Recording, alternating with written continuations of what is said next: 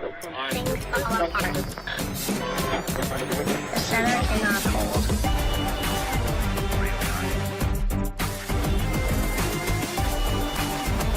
We're still here.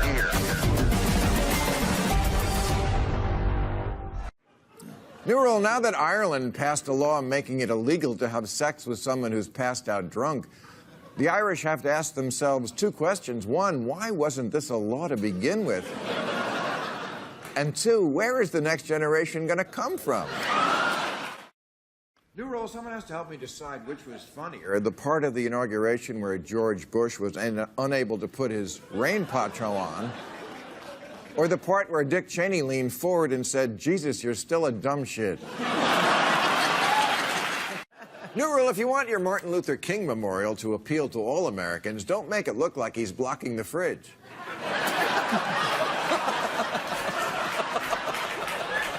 That's a fair point. I can't tell if he's speaking truth to power or Oprah. New rule, now that Vladimir Putin has gone full Borat and actually said, Russian prostitutes are best in the world. Russia must change its tourism slogan to, come for the hooker, stay because you fell asleep after you came for the hooker. Hey. All right, Neil, what do the recent reports that the universe is expanding at a rate 9% faster than we thought mean for life on Earth? Nothing. Right. Okay. You mean, I have an appointment next Tuesday. I'm safe? It solves no earthly problems, other than to reflect on the fact that our several pounds of gray matter in our brain has the power to even figure that out.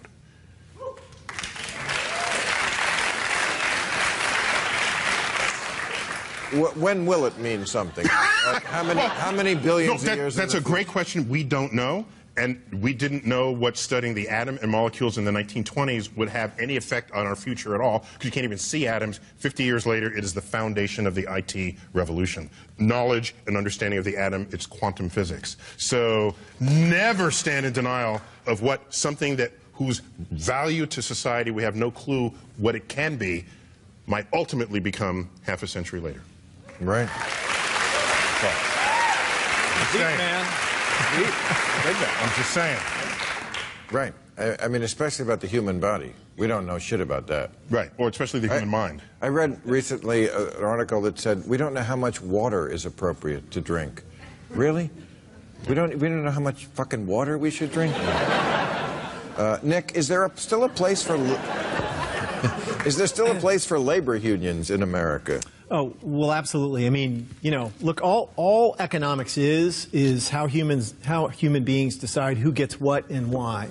And in the absence of a way for ordinary people to have power, a few of us are going to get everything and everybody else is going to get nothing. And labor unions, for all their imperfections, are the only way we have ever found to balance the power of ordinary people and owners. And so, you know, we have to find a way to make it work. Boy, that's coming a long way back. Yeah. I mean, the percentage of workers who are in unions now. No, for sure. And there's all Like sorts. 7%. Yeah. And there are all sorts of reasons why the labor movement has unwound, and it is certainly true that we're never going to go back to, you know, how it was. So we have a big bunch of work to do to reimagine how, you know, labor constructs will work in a 21st century economy. You have the gig economy, the 1099 economy. We need a whole new labor construct to allow. I mean, what we have to do is find a way to make all of the benefits that go into making somebody a middle class person universal, portable, and prorated. You mean Earth-wide, not universal? No, okay.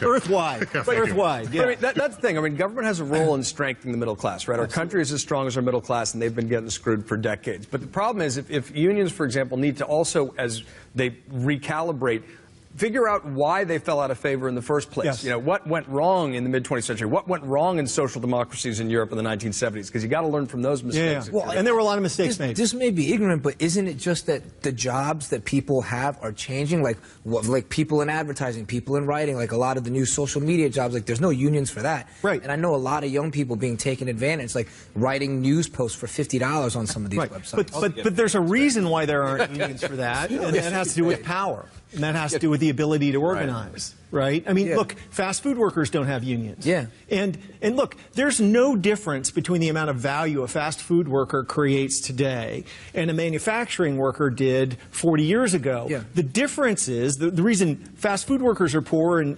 the folks working in factories 40 years ago weren't, is power. Right? They had a union to represent them. They don't create less value. The companies aren't smaller. They're not less profitable. It has everything to do with power. Is Amazon unionized? Hell no. Oh. Have you ever belonged to a union? Have you been a union newspaper? Yeah. No, well, I have companies that have been unionized, but I've never personally been in one.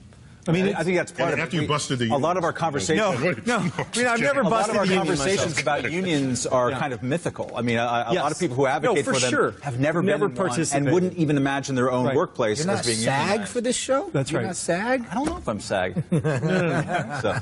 Yeah, it's a very complicated problem. Matt, what is the likelihood that an alternative third-party candidate emerges as a real possibility in this election? It's as likely as it has been, certainly since Ralph Nader in 2000. And it's a black swan year in so many different ways. You won't lose money by betting against third parties in America. That's always been the rule. But we've never seen unfavorability ratings this high of two major party candidates. People kind of hate them both within their own political tribes, right? Democrats and Republicans do. And the Libertarian Party, which is the only party that's going to be on all 50 ballots, that's not one of the major two, they've never pulled this high at this point. They always pull high early, but they're then going they'll to go do down. well because they have two Republican former blue state governors who got reelected, which is exactly the kind of Republican that the GOP currently has rejected. And if they get 15%, they get in the debates, and the duopoly keeps trying to keep out more choices from our elections, and they really better stop getting in that way because the number of independents has doubled in the last 25 years. The parties have flatlined. That's people sending a message about dissatisfaction and dysfunction. I think that there's a lesson here that if you really analyze it, if you step back and analyze it, I think Trump is in fact the third party candidate. He might be breaking up the Republican Party. Yeah, exactly. Yeah. If he's running as a Republican and hardly any Republican supports him, he's a third-party candidate. Yeah. So he's what happens when you rise up, looking like you're part of the establishment, but you're not, and then he appeals. Now you have people voting for what would have been a third-party candidate that wouldn't have because they would fear that the third-party candidate wouldn't get elected. He kind of Trojan horsed the Republican Party. Yeah, I mean, which Bernie Sanders would love to do in his own way in the Democratic Party. I mean, Bernie Sanders is not a Democrat, right? He's a legitimate challenge to the existing Democratic Party structure, making the race a hell of a lot more interesting as a result. It could be that in our hearts we're a four-party country that's been having two parties. I actually think the real divisions in politics are not liberal or conservative. I think that's actually, and they used to think this way, it's radicals, reactionaries, and reformers. You get people on the far right, you get people on the far left, and you get people in the center who want evolution, not revolution. I think that's a much saner way to think about our politics. No, there are two kinds of voters, informed and underinformed. But that two-party system. That's the two-party. That path lies a lot of liberal condescension. Yeah, right. To say that the people and liberals are often uninformed as well. Yeah, absolutely. They are also getting their news from their Facebook feed. I didn't attach one word to one party or the other. I know. He just at all. I know. But you did kind of earlier when you're talking about Trump voters that we need to educate them. If you don't like Trump, it means you don't like the people voting for Trump. That's all I said. And so if you don't like it because you think they should think about data differently, then you need to educate them. But we need to separate out the supporters of Trump and Trump. No, but look, the Republican Party has brought this on themselves, right? The Republican Party is cracking up because it has been a coalition between basically two groups of people, a tiny number of urban economic elites, and a giant number of mostly rural social conservatives. Right. And what happened over 30 years is that the Republican Party massively over-delivered to that tiny group of urban economic elites, Sure, right. while Exactly. exporting the jobs, suppressing the wages, and destroying the lives of the 99% of their Trump party. turned the table upside down with his whole thing about starting a trade war. No. But none of them would ever even consider that. That was exactly. anathema. But he called the question on economics. He called the question on economics. And the thing is if you are part of the 99% of the Republican Party, you have been economically savaged. And the Republican Party that was supposed to deliver everything on all these social issues that you care about, whether it's abortion or gay rights or whatever it is, they delivered nothing, because we won on all those issues, right? But to his point, they did it by fooling people. Yeah, absolutely. I mean, Joe the plumber was a great example. Joe the plumber did not have any money, did not have a plumber's license, but was very angry at Obama because Obama was fixing to raise taxes on people who made over $250,000 a year. One of the biggest con jobs of all time. In his head, that was where he was going. One of the biggest con jobs of all time. This is also the politics of economic and cultural resentment, right? And this is the problem when our politics our political identities end up being very little than the collection of our grievances. Yeah. And when we start focusing on hating the other guy, what we're against rather than what we're for, and then you get these massive con jobs pulled by politicians like Donald Trump and other folks who end up trying to stoke anger and fear and resentment in the absence of any positive ideas. That's right. That way lies. And there's this other the reason that economic inequality is so important is that look, here's the thing. Prosperity won't eliminate racism, but it is one hell of a distraction. Right. It is one hell of a distraction. Yeah. And when people are feeling like there's a future, when they're doing well, when there's hope for their children, they have a lot less energy for hating on people that don't look like them or who are different than them. And that is why we have to. This is why we have to fix this problem. Final question, Neil deGrasse Tyson.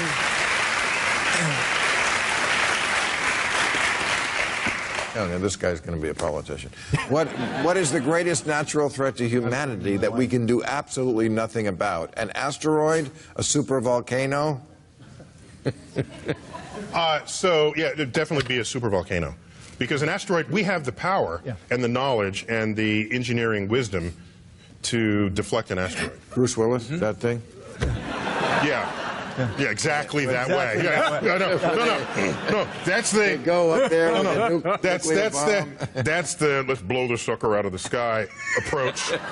And in America, works every time. In America, I've said it before, we're really good at blowing stuff up and less good at knowing where the pieces fall when we're done. Yeah. So the kindler, gentler solution is in comes the asteroid and you deflect it from its intended path, and then it misses Earth entirely. It's still there to harm you in another day, but if you have that power, you can just keep doing that, and it'll be like a deflection machine. So are we funding that adequately? Well, no, at all. Not at all. Just checking. No. The question After Zika, the Earth itself was deflected a little, right? When it was being formed? Well... It's in Cosmos. Yeah. No. So what you saw was an asteroid that was deflected that would later become the asteroid that took out the dinosaurs. That's what you saw. You mixed up. Yeah, sorry. That's fine. It's understandable. It's okay. So, no. It's fine. Oh, now a lot of info there. Wait, let me finish. Now I'm going to get a B. But a supervolcano is really bad. We have the knowledge and power because we have a space program to solve it, even though there's no funded program to deflect such an asteroid. But we know how intellectually. We have no frickin' idea what to do if Earth gurgles up and sends a supervolcano. Kiss your ass goodbye. Because we don't have the power. We don't have. And it would just choke us, right? We don't have the power of geoengineering to stop a volcano. And it would block out the sun. It would kill us all 10 different ways. Have a great week. Have a great week.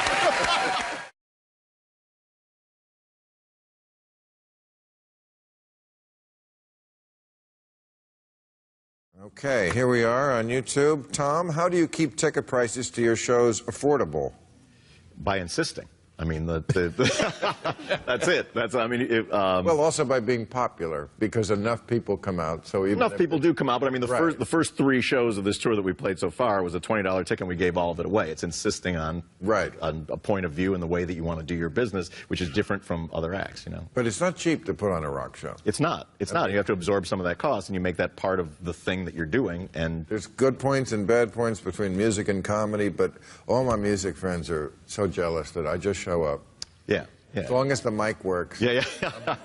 That's true. That's true. No sound check. That's no true. That's backup like singers. when you do a show for a $20 ticket, you incur a lot of. I mean, you can't do anything without lots of equipment and electricity and people. And But I mean, it's a curse in a way. Like that's how we're going to do it. It's hella worth it.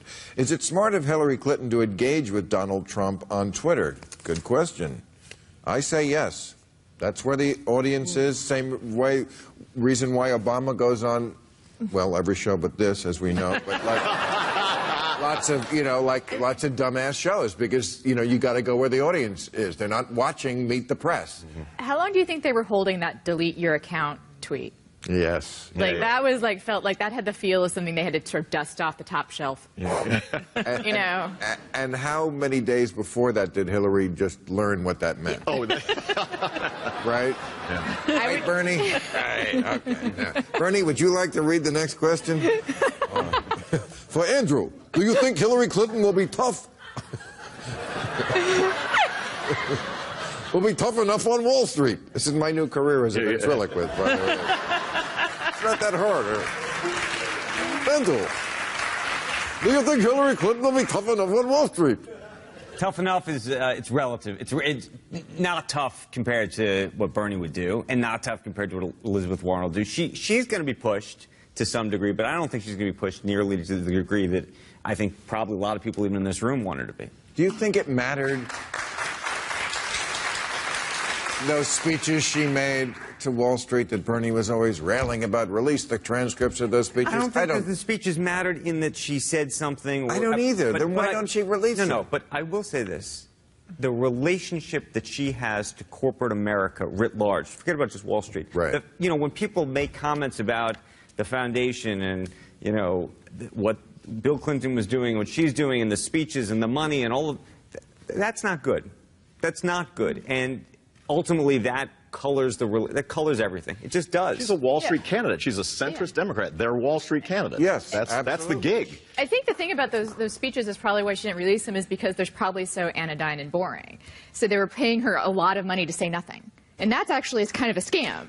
That shows how much how deep the relationship is. They'll pay her I think she's saying a lot of really nice things about people that are reviled by a lot of people. Does anyone think she's not a Wall Street candidate? Of course she is. Yeah, does anyone think she's not? And she's not going to walk back from these things. I anticipate she will release these things why she's the nominee. Now that it's over. And again, not to beat the dead horse about what I was saying at the end of this show and last show, but capitalism is not the enemy. Just unchecked capitalism. Right. I mean, capitalism has brought more wealth and higher standards of living to more people. If you're working in an Indonesian sweatshop, you might have a different opinion of that. Hold on. You couldn't be charging $20 for those tickets if you had not been as successful as you have been. We don't live in an anarcho-syndicalist utopia. When we do, I'll be in a band in that one too. This is where they sell Noam Chomsky books at Barnes and Noble. You know what I mean? Like that's where we are. I'm working hard to change that. You know what I mean? But Hillary Clinton is not. No. Wait. I don't know what you said. I mean, I can pretend I knew. But what does that mean? They sell bar? No. I mean, I think the argument's being made that a successful rock and roll musician has benefited from capitalism. Therefore, I should not criticize it. No. I'm just not saying that you shouldn't criticize it. Just that you have that. Again, like democracy, the worst system except for all the others. And that it does bring, my analogy is always, it's a raging river. But you got to have the river flow in the way it naturally flows, not like the communist Chinese are trying to make the river run backwards. But you just put dams and locks on the river so that it doesn't kill people. A river is a natural phenomenon. Capitalism is a morally bereft system that harms much of the planet. Hold on. People pay other people for things. Hold on. People Greed been is paying there's other nothing people more for natural things than since there was things to pay for. What's I this? mean, people have been paying people for other things that since there was stuff and to trade. greed and selfishness. There is nothing more natural than that. Start in America. If you didn't start in America. Capitalism has taken more people out of poverty around the world than any other system Put a lot of that people in exists. poverty too. That's right. That's true. Yes. It's completely not even a relative Unless you're making Nike shoes in an Indonesian sweatshop, which is a crucial part of what capitalism is. Like you cannot have Rodeo Drive without that sweatshop. You can't have it. Okay, I'm not sure that's the case. I think But doesn't that assume that people outside of the sweatshop are doing way better? Right, and also no, it assumes that there'll be grotesque economic inequality on the planet. That's what it assumes, and it's predicated on grotesque economic inequality. By the way, the sweatshop that they work in probably is the better job. They went to that sweatshop because they had a work job. Yeah. And also in the last 30 years, we've lifted something like 2 billion people out of poverty, and the number of people in the extreme poverty level is the lowest ever. Okay, so, I mean, it's just true. And that's why I said don't romanticize either system. You need both. Every modern economy is a mix of capitalism and socialism. We've been to have quasi-socialist for 100 years. It's not a bad word. And Bernie's one of the people who, more than anybody, helped make it not a bad word. Katie, do you think there's any chance Romney will still be drafted to run as the Republican nominee? No. No? Absolutely. Come on, you know that. I mean, I think the reality is that Mitt Romney understands how difficult it is to win a general election. He's not going to just go out there to be a spoiler. He'd only go if he thought he could win. I don't think he believes he can win. But he wants to be president. He's going to let this is going to be ran on twice, Trump. he would run again. I'm not listening to you, baby Bernie.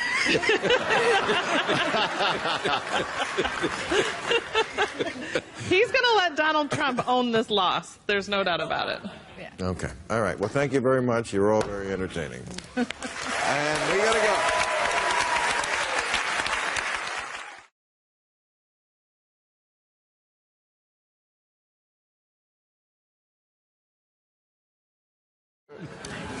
Thanks for all the single lady stuff. Right. I appreciate that. We on? Yes, we are. Okay. This is for you, Ravi. Why did you get into the snack food business?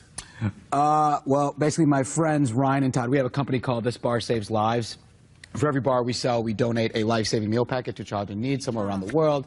And Ryan and Todd took a trip to Africa, and they were introduced to this meal packet called Plumpy Nut, which is prescribed to kids who are days away from dying from severe acute malnutrition, which affects 20 million kids under the age of 6 every year. So we wanted to figure out a way to give and keep on giving. So that's great. Why not find something that, you know, allows people to snack healthy?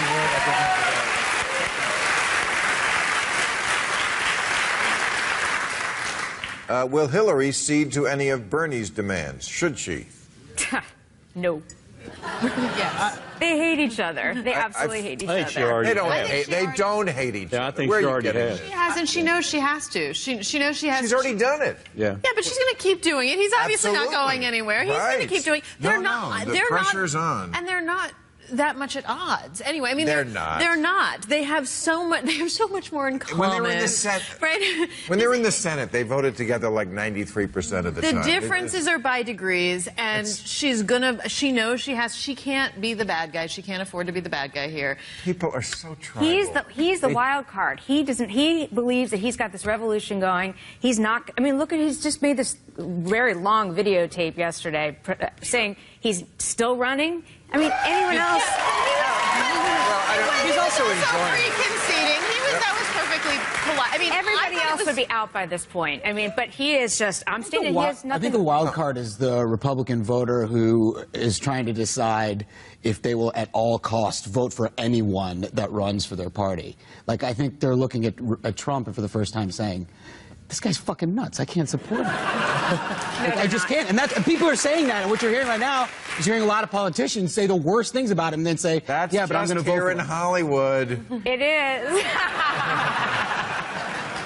It's really not. I mean, really it's really no, but not. I travel this country. I land in the flyover station. Do you like stay at the Holiday Inn? No.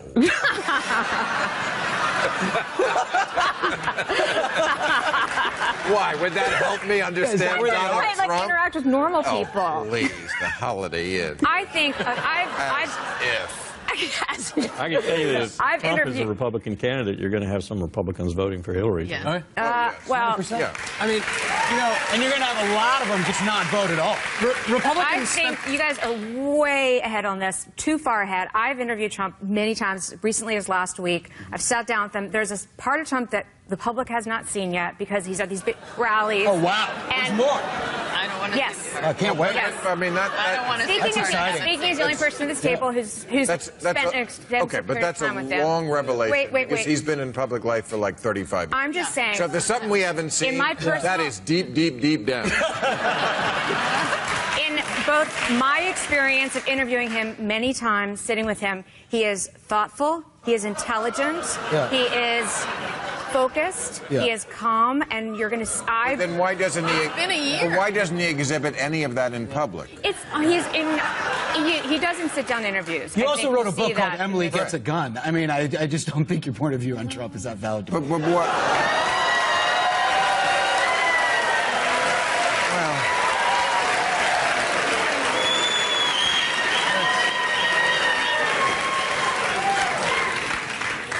let's not be nasty. That was easy. That was. I didn't And it want was to do also that. just I rude. wanted to make friends. It was just I rude, blew it. unnecessary. It's hard enough to come here when the I whole know. crowd is against you. Yeah, no, it's hard. I shouldn't have done that. I'm sorry. That's all right. You're forgiven.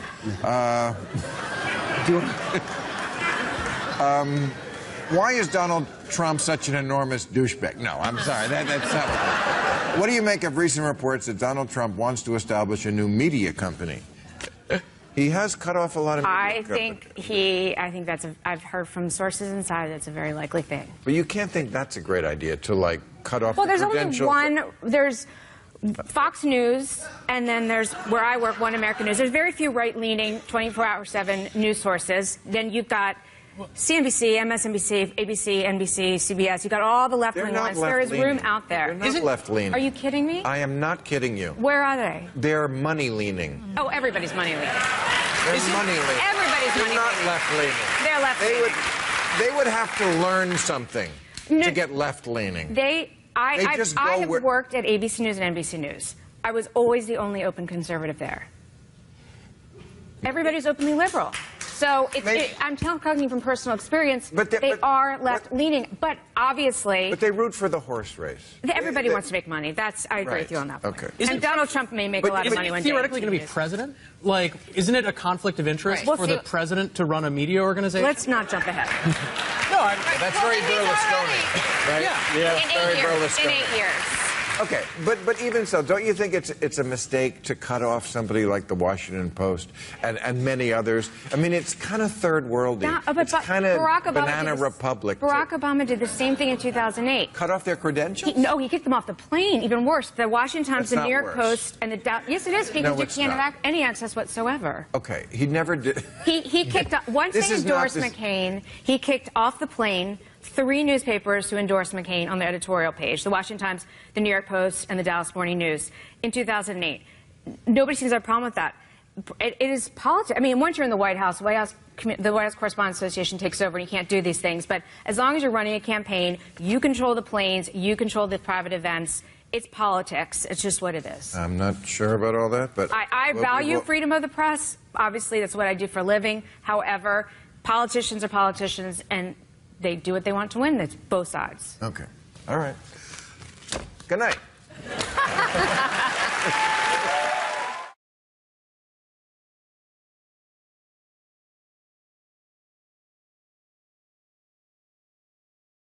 Okay, we're back here on whatever we're back on. Michael, should Republicans in down ticket races embrace Trump or run away from him? What they're going to do is they're going to assess likely to not be as close as they want or would be otherwise because of the baggage that he's bringing on immigration and a bunch of other issues. So, yeah, I think you're going to see a lot of down-ballot candidates. You're already beginning to see that say, you know what, I don't need to go to the convention. I don't need to have you come into the district. And we'll see how that plays out. Paul Begala, should Hillary use Bill more As the campaign heats up, or is he too much of a liability? No, he's a total asset, and I think you'll see him a lot, particularly in those Rust Belt states where Trump is strong. His appeal, especially with like white working class guys, it's at the heart of the Trump. They all voted for Bill Clinton 20 years ago. He can get a lot of them, at least talk to them, and try to get them off of their crazy. I want to see him out there a lot. Yeah, but there's Hillary. Sure. How is his health? I have to say, I'm concerned. He doesn't look good. Well, yeah, it's now years since he had the heart surgery, but he's doing great. He needs to eat a cheeseburger once in a while. He's healthy and thin now. Everybody mocked him when he was eating at McDonald's, and now they're mocking him because he only eats, bean burritos. Right, because there's a happy medium. He's doing great. Okay. By the way, you should I see hope his so. schedule. He's off to, he's always off to Africa, especially where his foundation is saving millions of lives. I mean, he travels all the time. He just works his butt off. Okay, Shu, and I'm just going to call you Shu. Is that what, do people? Well, I'll take what I can get. But do people call you that? No. No, but it seems like it's a short for Shu's cat. You'll get that one day, bro. It's okay. If you saw how it was spelled, you'd feel sorry for me. It's not helpful, the spelling, at all. Xiuhtezcatl. Yeah, good luck with that. I think Shu's a good name. What can one person do to influence global climate policy? I'd like to think that there's more than one person that cares about influencing global climate policy, so I say get involved with people around you, make a difference. It's about one of the greatest issues of our time, so one person can get involved and connect with other people in their community to make a difference, get involved with politics, get involved with business, get involved with science, whatever it is that you're passionate about, get engaged with that to make a difference. That's what I gotta say. Yeah. Man, how do we... I think a better question is, how do we clone more kids like you? Well, I think the good thing is that we don't have to, because at least in my personal experience, I've met millions of young people all over the world. Well, that might be an exaggeration. I met a lot of young people all over the world that are already thinking the way that, I've been thinking my entire life and are ready for change. They're ready for change. I mean, our voices have been systemically disempowered since the day that we're born. We're not going to make a difference until you graduate college and you get a career. Then you'll contribute to society. But the way that I see it is we're one of the most powerful forces on the planet right now. But we got to use that. Yeah. But no one would think this guy was 16, right? If you didn't know. Can I ask him a It was like, remember when LeBron was first in the NBA? Yeah, right. It was like, this guy's 32. He's kidding. He didn't just come out of high school. But how are you dealing with the system? I mean, your passion and your energy is contagious.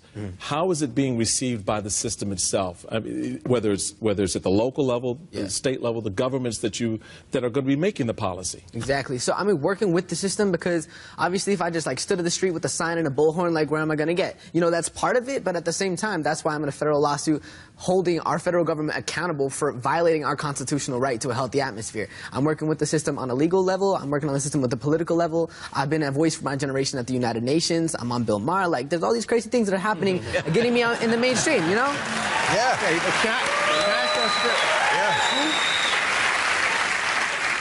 You talked with Bill earlier about music, art, and culture and how that reaches your generation. Who's doing that right in your generation? Who's reaching your age cohort through music, art, and culture to make them care about the fact that the planet is on fire? Well, personally, I know a lot of artists that I listen to personally that are already on the right track. My homie Rory's in the audience, my friend Mustafa, they're in the audience, and they're here, and they're artists that are already thinking, how can we use this passion that we have, these talents that we have? How can we get Kanye to know about this? I think there's a lot of other people we can focus on that aren't Kanye. They are more likely,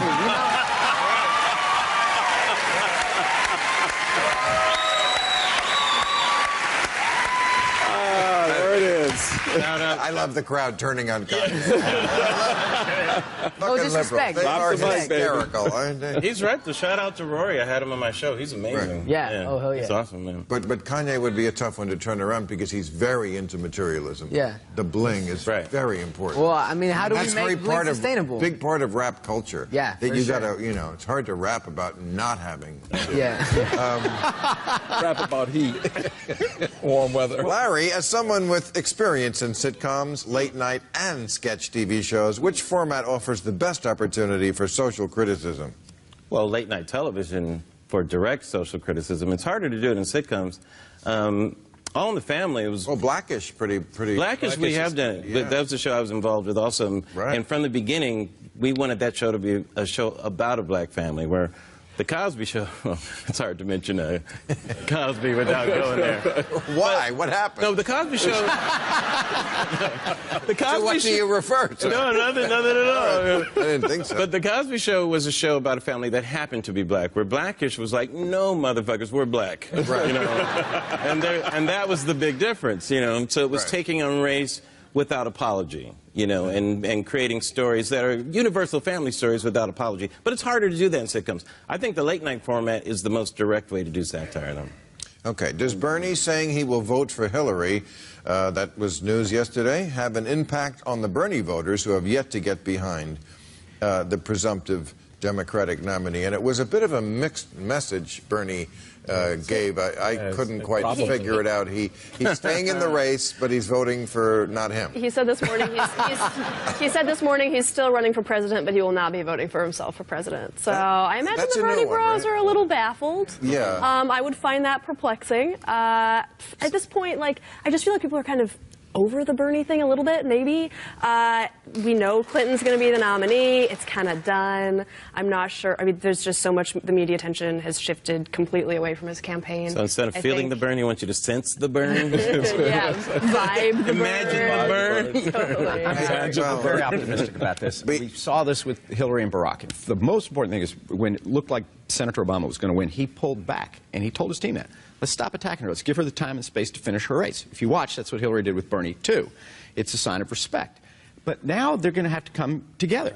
And they will. They really will. And as I said earlier, his voters have a smaller percentage of his voters today say they'll never be for Hillary than Hillary's voters said about Barack. The challenge will be to motivate them. She got crushed with young people by Bernie. She's got to find a way to motivate them. She's got to get your slightly older big brothers and sisters out, and he will be central to that. That's why her team is giving him all this time and space. Well, and like even though even though he didn't become our president, like he stirred things up. You know, he really stirred things up, especially among the younger generation. And we'll never be able to forget that. And we have to respect that. But the question is, can Hillary capture that kind of energy and sustain it? And that's something I just don't think she can, because I don't think it's in her nature to be in that space that Bernie is. I mean, there's all this conversation running around. I completely disagree with that. I think think so? I think it's a race between Alien versus Predator. I really do.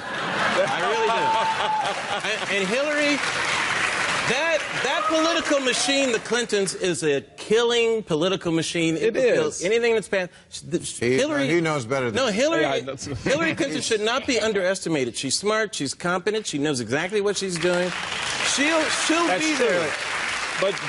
But she, like Donald Trump, creates her own drag as well. And so the question going into the campaign when it begins in August is how much drag does she create given all those variables with the youth vote? It won't be seen. Her drag. I mean, I'm not taking away from anything that you just said, but I'm just that's part of the. But her drag is all old drag. Yeah. It's all stuff that's. Trump creates new drag every day. Exactly. I think part of the problem for Hillary is that all of her strengths are not things that translate into getting tons of 18-and-a-half-year-olds to show up at rallies. Like Hillary is really good at having a wonky, detailed conversation about how to fix the opioid epidemic, but like nobody's going to be like, "Hooray, gradual change as far as the student loan crisis! I can't wait for the tax code to be slightly tweaked." Yes. Like, no, I mean people don't stand in line for hours for that stuff. But she has a secret weapon, Donald J. Trump.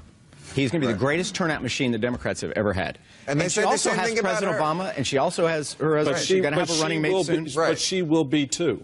And so, don't underestimate that either. Yes, but see, his voters, Donald Trump's voters, this is all they do is like bitch about their prostate and vote. They're very loyal voters. Yeah, okay, that's true. People, they're hard to turn out. We need motivators. We need work. We need organization. Or else it's going to be Brexit too. Yes, that's right. But that's why charismatic candidates work for Democrats more, because they need to fall in love with people. They need to fall in the love. Messiah. Hope and change. Thank you. Yeah, we don't need to love you. We just need you there. So we just. That's one of Bill Clinton's laws. He always said, Democrats want to fall in love. Republicans just want to fall in line. Right. And they have fallen in line. We just need you there.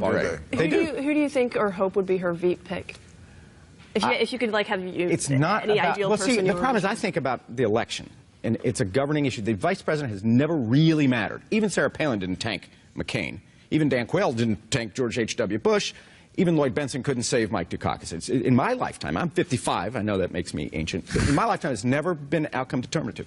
So you should actually pick somebody who, God forbid you die, could actually run the country. 21% of our presidents got there because the president died or resigned. So you got to think about it that way. It can't just be, oh, who'll help me carry, Kentucky. That's what, I know her 25 years. She's sitting there saying, God forbid I die, who could take over? God willing I live, who could be a governing partner? The way I think Biden has been wonderfully for President Obama. And that's how you have to do this. And who cannot suck all the oxygen out of the room, like Elizabeth Warren. And that's why Elizabeth Warren won't be on the ticket. I agree. Consideration about that. But Biden's very... Well, that's why she won't be the vice president. Can I do Nobody wants to be the bride and have the bridesmaids deal. Correct. Right. You know. It just ain't happening. That's why they dress the bridesmaids in shitty colors. Also, if we're talking about Elizabeth Warren, so last week you were criticizing Republican Senate leaders for running into the elevators, the morning after Trump says something stupid.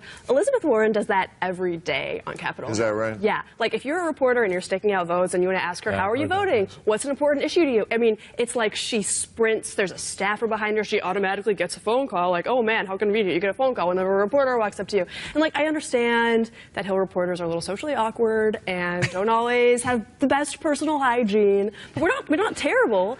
And just seeing the fact that she just totally stiff-arms reporters and only wants to talk to them in, like, a TV setting, I find really troubling.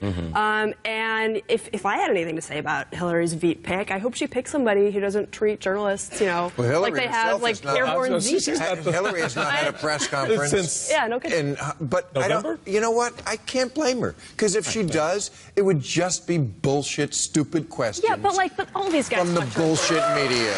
But all these guys talk to reporters. Corker talks to them. Tim Kaine talks to them. Ted Cruz will talk to you for like half an hour. Of course. But every question is not going to be about emails and Benghazi and, I don't... I mean, suck it up, It's not that bad. Okay. Thank you very much, everybody.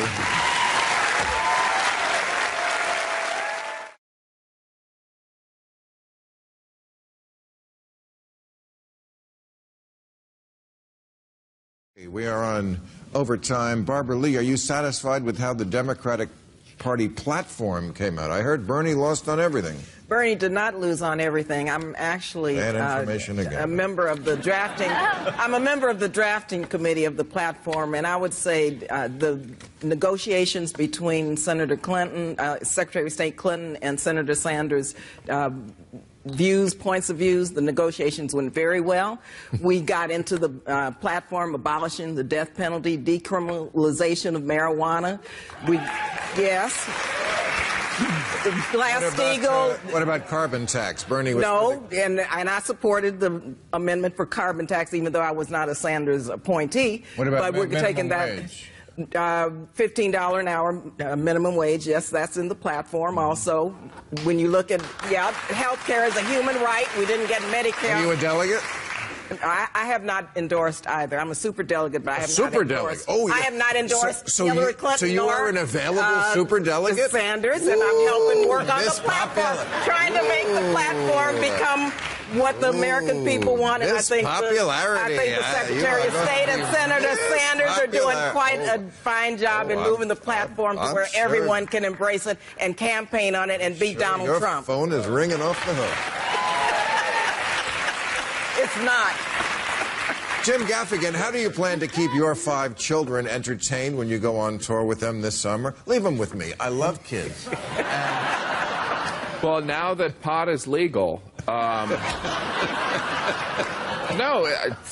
iPads, swimming pools. Right. Okay. So you take your kid. You take your kids on the road on your... We do. We go on a tour bus, and we show a night. And now, how many rooms do you have to get in the motel? We get 2 connecting ones, and, it's chaos, but it's fun. I mean, it's exhausting. Took the words right out of my mouth, Jim. You should come along. I can't wait. Absolutely. Whew, kids. How old is the oldest now? I have no idea. 12, 10, 7, 5, 3. Oh, my. So you... Yeah. What, and are you done now? I don't know. That's right, Catholic. Up to God. Right? No, I know that's the rule, that you think that, like, Jesus is telling us that, but we're That's open what the to Pope it. says. Look, I do like 10% of the work. My wife, I love children. There's not a single child that I would trade back in. So if there's another one, there's another one. 10% of the work. You're talking about your sex life? Yeah. Gary, John. I mean, I didn't think about it that way, but yeah, sure. Kind of fits, right? Gary Johnson, do you have a comprehensive plan to combat climate change? Well, I think that... Follow that. Do I have a comprehensive plan? No. I do believe climate change is man-made. I do believe that the free market has really taken it to coal. Coal has been bankrupted. That's not because of the free market. That's because Obama and the EPA. No, coal is selling at an all-time low, and even lower than the sales price for coal is natural gas. So no new plants. But that didn't happen because of the free market. Well, we're demanding less carbon emission as consumers, and the price of coal, like I say, as low as it is even natural gas is even lower. So no new plants are going to be built. So you think the free market can handle the problem of global warming? I think that we as consumers are demanding less carbon emission, and that we're going to get. But that's sort of inherently weird, right? Like, you have a problem that was caused by the Industrial Revolution, and you're a libertarian, so you want then the thing that caused it to magically uncause it or solve it. Like, what other example has ever that happened? Well, if you look at the model for the future, I think the model for the future is Tesla. Look, you got solar panels on the roof, you're storing. But is there an the example of energy like a public security or social problem that's been solved by its cause? You know, this stuff you're saying is just right over the top of my head. I'd like to say it's kind of a short question. No, I think it's an excellent question, and I honestly wish the Libertarian Party sounded less like the Republican Party on that issue, which to me is the most important issue. I mean, you know. Well, I'd like to come aboard, but we're this is 16% of the world's population. 37% of the coal load, or the electrical load right now, is coming from coal. No new coal plants are going to be built. We're going to significantly reduce CO2 emission in this country. Well, I hope Miami is still here when we do. Louise, who do you think will succeed David Cameron as Prime Minister now that nobody else wants it? Oh, quite a lot of people want it. But Boris I think, Johnson well, was going to be the guy. He's out. He's House of Cards style ejected. Right. So I think it'll be a guy called Michael Gove. Why did that happen? Probably because Boris was insufficiently committed to actually taking us out of Brexit. Yeah, I think he was having a little bit of a doubt. Yeah, we think he was a little bit lukewarm. So maybe a guy called Michael Gove or a woman called Andrea Leadsom, my dark horse bet. Either one of those two, but it's going to be somebody that's fully committed to Brexit because we're all in for free trade. We like the free market. And who's going to end up on Game of Thrones? Who's?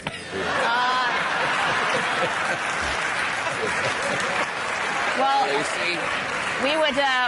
we would have nominated Donald Trump if we could have caught him while he was in Scotland, but he made a quick getaway, so sad. That's a good. Do you watch Game of Thrones? I do. Okay, I do. so like for a family-friendly house like yours, that's not too violent and too dirty and too. I mean, I'm not making my 3-year-old watch it. Right. I'm not having him watch Ramsey Bolton cut off the guy's penis. I know. Of course. But yeah, that's okay. We watched that, and I mean, not the young kids, but yeah. What's the most out there show you can handle? That I can handle? Well, yeah, well, I mean. Well, I don't want to hear any strong language, Bill. No. I mean, we'll watch everything. Actually, I let my 10 and 12-year-old watch Walking Dead, which is pretty ridiculous, but they love the stories. Okay. Is that the right answer? Yeah, no. There are no wrong answers here. There's lots of gruesome martyr stories in Catholicism. I'm a Catholic too, so There's you know, we're raised with really with quite a lot of torture porn in the religion. People getting crushed to death by stones and burnt alive and their tongues ripped out. How about you know who? That's torture. That's that's right. That's pretty much everywhere. So Yeah. I mean, we actually were first on Game of Thrones. We should sue for royalties, I think. Right? Yeah. You know, Mel Gibson is making a sequel to Passion of the Christ. Wow. You didn't know that? I didn't. I mean, it's not like I would know. I mean, I'm just Catholic. I'm not a spokesman. And yet, it's like essentially I'm the only comedian who believes in God. It's like me and Colbert. I know nothing. Right, okay. You know what, though?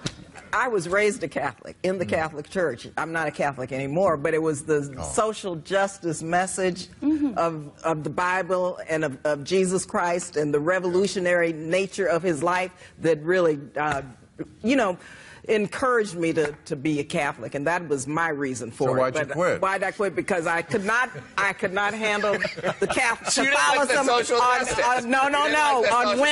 on women, you know, on divorce, on all of the issues that oppress people, especially women. I just couldn't handle it, and so that's why I had to leave. Well, like, look, the United States has done horrible things. Why don't you leave the United States?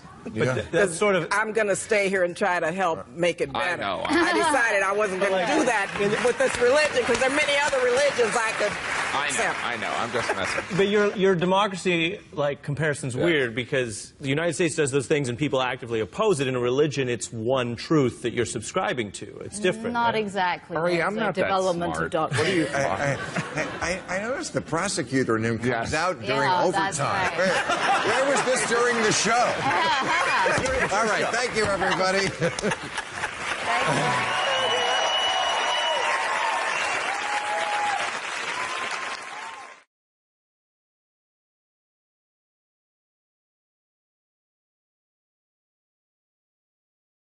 We are in overtime. Vigo, is there any historical figure in American politics who you could see yourself portraying in a film? Anybody you admire? No? Really? You don't admire George Washington? No. Why? Because he was a slaveholder? Yeah. Picky. Good reason. So you don't go with the argument that it was just the way things were done back then? That's not a good enough reason. No. All right. Jelani, is it fair to compare the tactics of Black Lives Matter? So I guess Mitt Romney is completely out.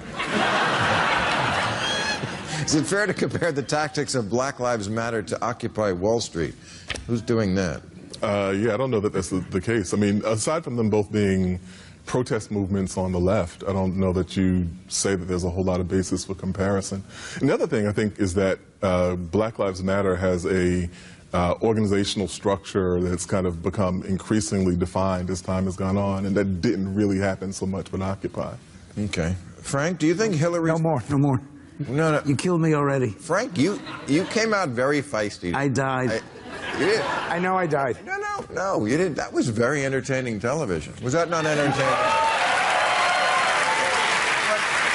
No, honestly, I mean, you just came out loaded for bear. I don't know why. I mean, I've known you for a long time. You've been on this show. You used to consult on this show. You just, that's fine. But you kicked my ass, but I still have a gift for you. I didn't kick your ass, but you did have feisty with your. Show it to them. What does that say? I already hate our next. Thank you. That's awesome. All right.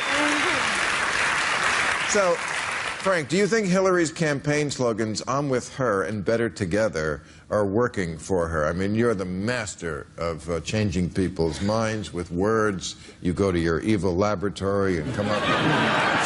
Frank came up with the death tax instead of the estate tax, and everybody changed on that. I don't think she has a good team doing this, right? Those are not good, right, Frank? And I would tell her at the National Convention, no teleprompter.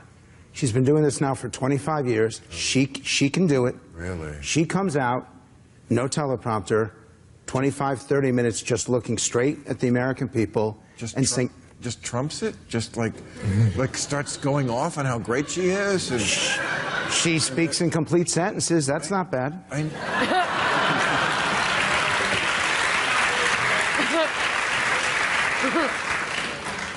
Vigo, do you think living abroad has given you a different perspective on American politics? Maybe. I think just watching how people watch for example, a presidential campaign, it's different than the way it happens here because there it matters. They